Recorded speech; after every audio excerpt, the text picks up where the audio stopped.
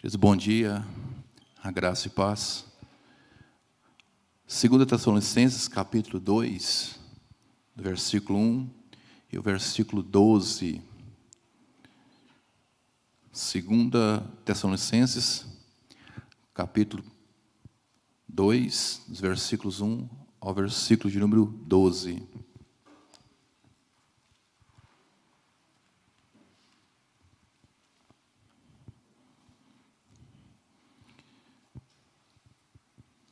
Eu vou estar lendo, gostaria que os irmãos acompanhassem atentamente essa leitura. Irmãos, no que diz a respeito à vinda de nosso Senhor Jesus Cristo e a nossa reunião com Ele, nós vos exortamos. Aqui não vos demovais da vossa mente com facilidade, nem vos perturbeis, quer por espírito, quer por palavra, quer por epístola, como se procedesse de nós, tendo chegado o dia do Senhor. Ninguém de nenhum modo vos engane, porque isso não acontecerá sem que primeiro venha a apostasia e ser revelado o homem da iniquidade, o filho da perdição, o qual se opõe e se levanta contra tudo que se chama Deus ou é objeto de culto, a ponto de assentar-se no santuário de Deus, ostentando-se como se fosse o próprio Deus. Não vos recordais de que ainda convosco eu costumava dizer-vos essas coisas? E agora sabeis que o detém, para que ele seja revelado somente em ocasião própria. Com efeito, o mistério da iniquidade já opera e aguarda somente que seja afastado aquele que agora o detém. Então será de fato revelado o iníquo, a quem o Senhor Jesus matará com o sopro de sua boca e o destruirá pela manifestação da sua vinda.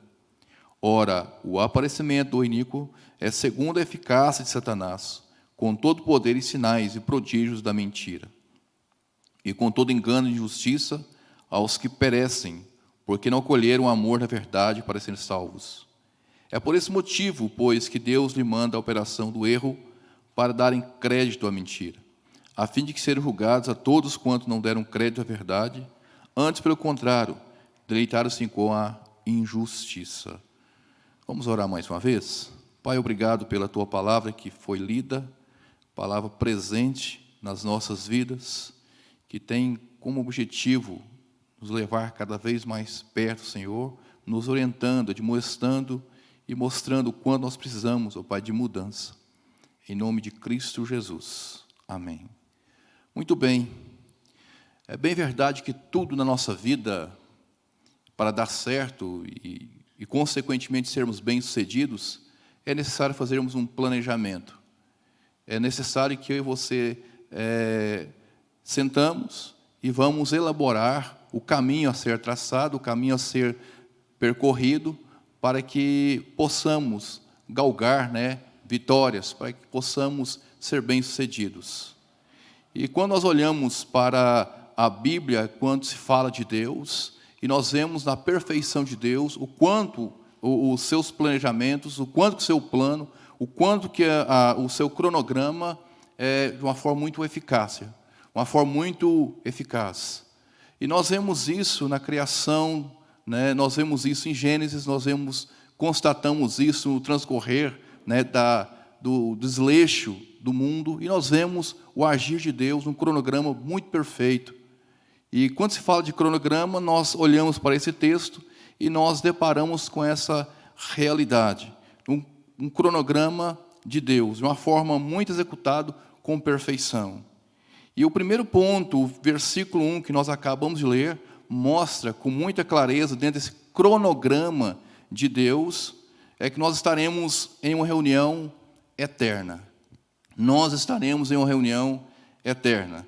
Irmãos, no que diz respeito à vinda do nosso Senhor Jesus Cristo e a nossa reunião com Ele, nós vos exortamos.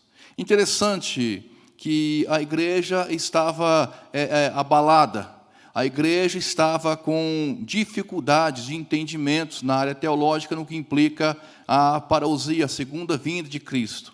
As pessoas estavam atordoadas. Havia um grupo disseminando ideias, falando: olha, o Senhor Jesus já veio, o Senhor Jesus voltou, o Senhor Jesus já esteve aqui, e as pessoas começaram a entrar em dificuldade. A igreja ficou eufórica, a igreja ficou uma igreja que estava centrada nos caminhos do Senhor. Agora a igreja começou a entrar em dificuldades de pensamentos. Ora, uma disseminação como essa, Jesus veio e nós, que situação que nós estamos?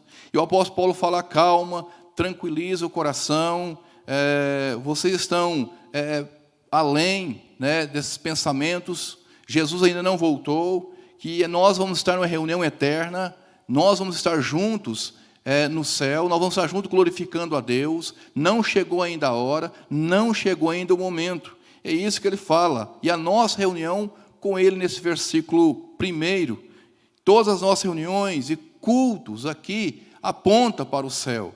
Lógico, tudo, inclusive o que diz em Hebreus capítulo 10, versículo 25, quando fala: não deixemos de congregar-nos como de costume de alguns, antes façamos administrações, e tanto mais quando vede que o dia do Senhor se aproxima.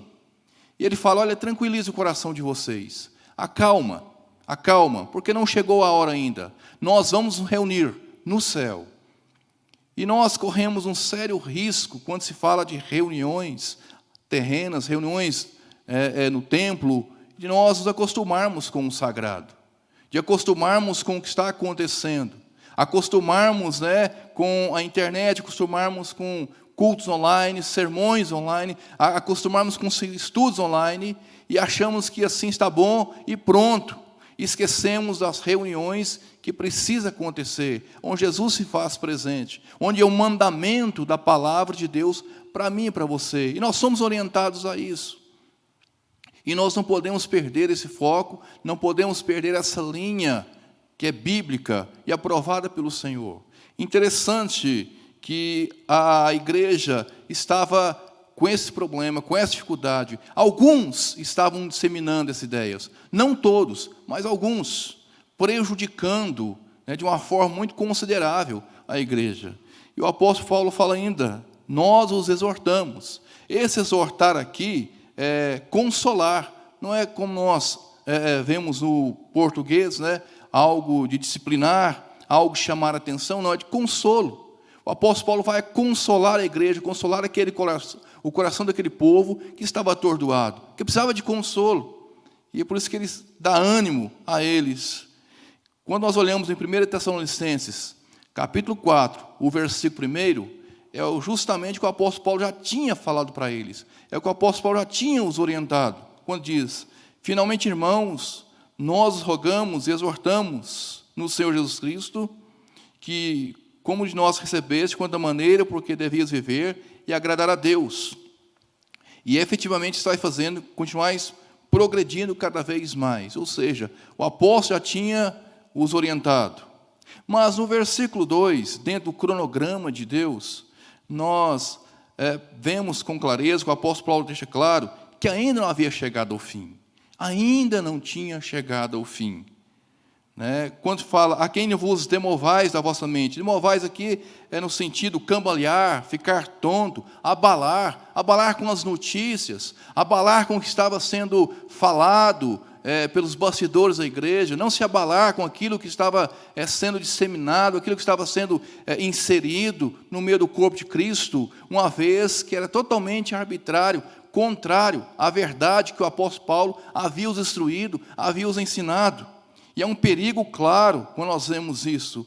Não demovais, ou a igreja de neófitos, a igreja de pessoas que estavam começando, engateando, pessoas que estavam querendo crescer, e agora vem um grupo reduzido de pessoas, algumas pessoas, alguns falsos, pregando algo contraditório. E eles ficaram confusos. E o apóstolo Paulo vai falar para eles ficar firmes. Olha, o que eu falei com vocês, agarre de unhas e dentes. Não saia desse propósito que foi ensinado. Mesmo que for por espírito, como está aí no versículo 2, nós vemos. Era um grupo de pessoas entusiasmadas. Era um grupo de pessoas que estavam perturbando, assustando, agitando, pregando falsos ensinos. E não tinha comunhão nenhuma com o Espírito Santo. Eram pessoas que estavam totalmente longe dos caminhos. Essas pessoas eram denominadas pelo apóstolo Paulo como fracos na fé, como pessoas pervertidas. E nós vemos o estrago que isso causa dentro de uma igreja, aonde há disseminação fora do contexto da palavra de Deus, aonde surge heresias, aonde surge falsos profetas, aonde surge as profetadas, aonde as pessoas vão pregando aquilo que eles acham certos. Essas pessoas pincelavam alguns trechos da carta do apóstolo Paulo, e assim deduziam, e assim interpretavam ao seu bel prazer, e ensinavam. E automaticamente a igreja estava sendo prejudicada.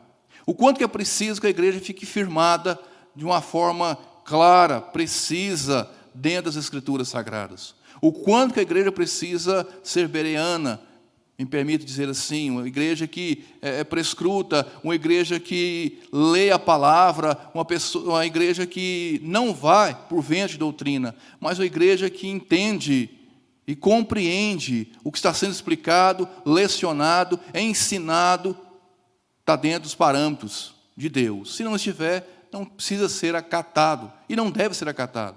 E a igreja estava sofrendo isso, com esses falsos profetas, com essas pessoas que não queriam compromisso. As pessoas estavam falando coisas sem nexo e sem sentido. E é onde surgem as heresias. É onde nós vemos pessoas pregando ao seu bel prazer, pessoas pregando aquilo que está no seu coração e não dentro da palavra de Deus, no centro da palavra de Deus. É onde surgem os falsos. Pessoas caem, pessoas saem, pessoas fogem do caminho do Senhor devido, ou toma birra, raiva, porque ouvem coisas sem nexo da palavra. E ele fala, quer por palavra, quer por epístola, como se procedesse de nós. Ele fala, como se procedesse de nós?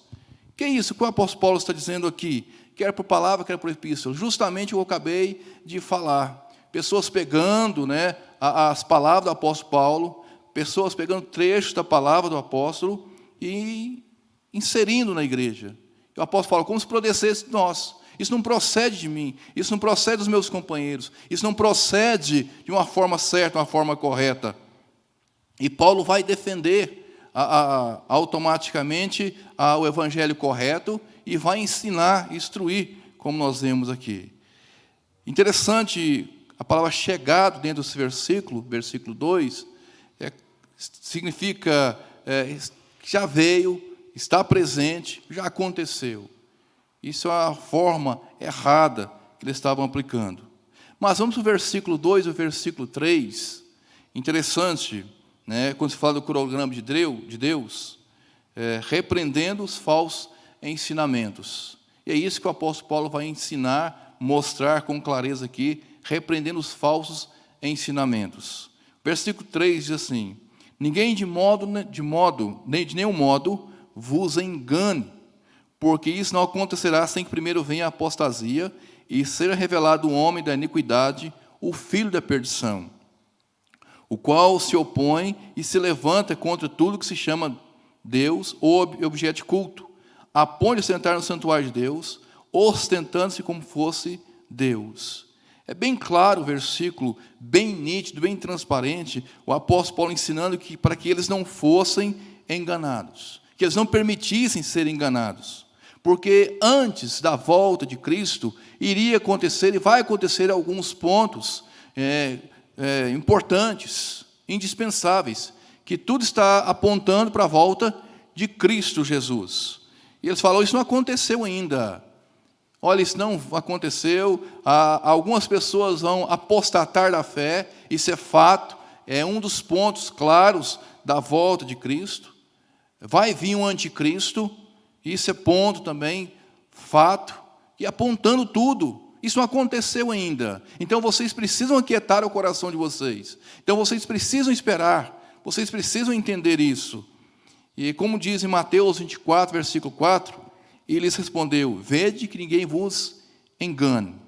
E isso é claro para mim e para você, para que ninguém nos engane. A volta de Cristo não se deu ainda. Como no texto que nós estamos estudando, a preocupação, o que tinha falado, as pessoas estavam atordoadas quanto a isso. E vai acontecer apostasia, ou a rebelião, o abandono. Vai vir um anticristo. E o anticristo é denominado como um indivíduo político, religioso, que ainda há de vir, o que vai se opor com todas as suas forças contra Cristo, contra Deus e contra a igreja. E nós não vamos adentrar sobre o anticristo, né, porque é um assunto vasto e complexo, né, no tempo certo, oportuno, isso irá acontecer. Mas o anticristo não somente vem para atrapalhar ou confundir aqueles que seguem a Cristo, como também quer ocupar o lugar de Deus, como vem no versículo 4. É muita prepotência, é muita arrogância, é muita cara de pau, é sem noção, se acha a última bolacha do pacote, se sente, né, o rei da cocada, mas ninguém toma o lugar de Deus. Isso irá acontecer. Não aconteceu ainda, irá acontecer. E a igreja estava sendo orientada quanto a isso. Vê comigo aí o versículo 5, interessante, que dentro do cronograma de Deus, os tessalonicenses estavam sendo alertados, como nós também estamos sendo alertados. Ele fala: não vos recordais que ainda convosco eu costumava dizer-vos essas coisas. O versículo 4, não vos recordais do que ainda convosco eu costumava dizer essas coisas. Ou seja, eles foram orientados, eles não foram pegos de surpresa, eles haviam sido instruídos. Olha, vai surgir tribulações, intempéries, vai vir problemas, vai surgir falsos profetas, vai surgir pessoas que não querem compromisso, e eles não foram pegos de surpresa, como o meu caso e o seu caso também. 1 Tessalonicenses capítulo 3, versículo 4, só para relembrarmos o que o apóstolo Paulo os tinha orientado. Pois quando ainda estávamos convosco, predissemos que íamos ser afligidos, o que de fato aconteceu e é do vosso conhecimento. E nós estamos alertados o tempo todo, alertados em cultos, leitura da palavra, alertados através de sermões, somos alertados através de escolas dominicais e outras coisas desse gênero. E automaticamente, muitas vezes, nós somos pegos de surpresa, porque nós não estamos atentos à verdadeira palavra do Senhor. Onde surgem tantas coisas no mundo de hoje, que nós ficamos boquiabertos. Onde surgem tantas pessoas que falam, fazem e acontecem e totalmente fora da palavra de Deus. E nós muitas vezes concordamos, ficamos com a pulga atrás da orelha. Será que é verdade mesmo? Mas porque está acontecendo, é milagre está acontecendo. E nós não atentamos, somos falsos sobre aqueles que não querem compromisso com a palavra de Deus. Distorcem por completo. E essa preocupação que o apóstolo Paulo tinha é a mesma que nós devemos ter nos dias atuais. É a mesma preocupação que tem que chamar a minha e a sua atenção no caminhar certo, no olhar dentro da palavra. Será que está correto? Será que nós fazemos isso? Será que ao ver um programa televisível e ver alguém pronunciando, dizendo em nome de Deus, fazendo coisas dizendo que é em nome de Deus, será que está certo? Será que está correto? E nós usamos até aquele velho adágio popular, que todos os caminhos levam, a Deus. Não é bem assim.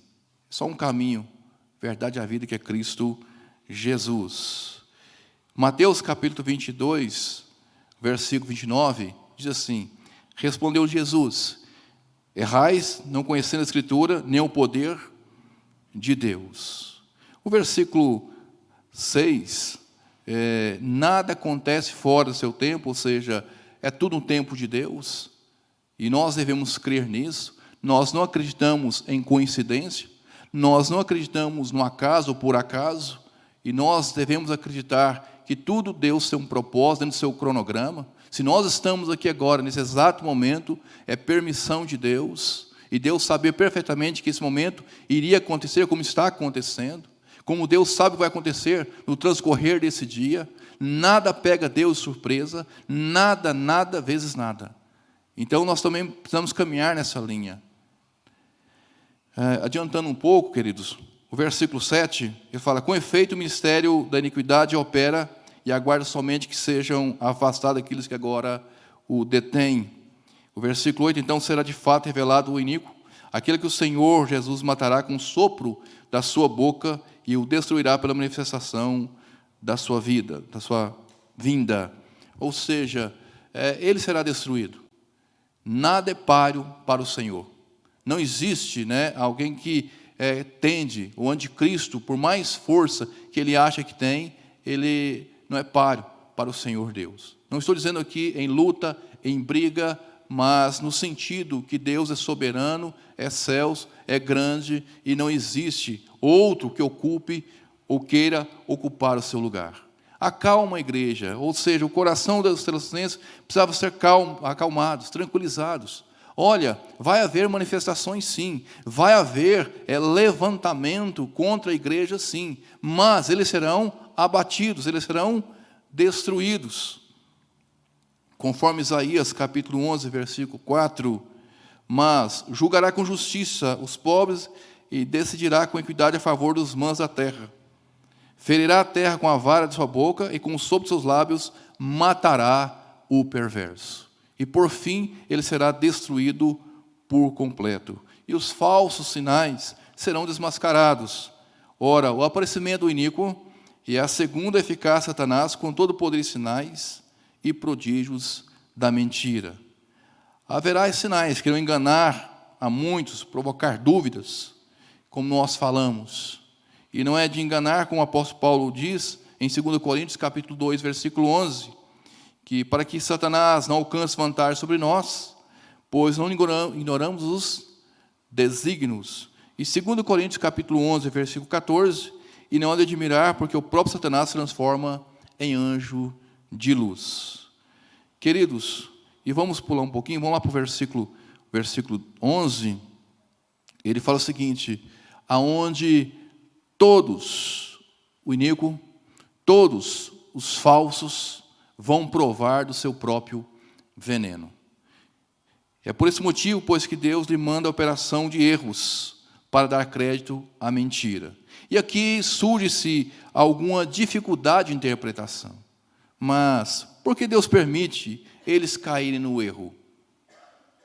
Mas por que Deus parece aqui sarcástico, perverso?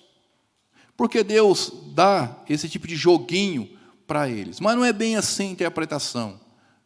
A interpretação correta é que eles, por procurarem, eles por saberem da verdade, por conhecer a verdade, mas não quiseram praticar a verdade, pois eles sabiam perfeitamente quem era Deus, o atuar de Deus naquela igreja. Eles estavam esquivando, saindo pela tangente, não queriam um compromisso de forma nenhuma com Deus, eles queriam pregar coisas fora dos parâmetros de Deus.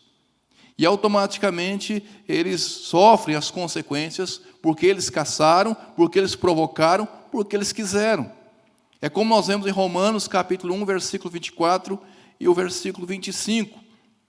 Por isso Deus entregou tais homens a imundícias pelas concupiscências do seu próprio coração, para desonrarem o seu corpo entre si.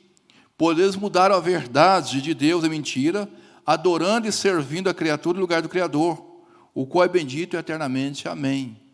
Deus os entregou porque eles procuraram, eles caçaram, eles quiseram, eles provocaram.